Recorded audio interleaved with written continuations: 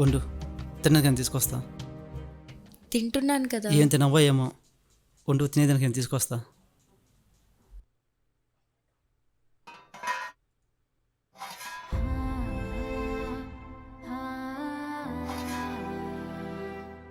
ఇంట్లో సామాన్లు అయిపోయాయి.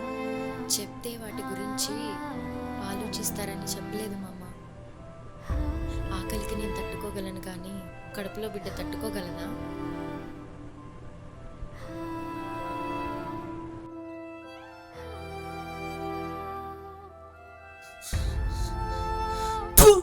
నీదొక బతికేనట్రా.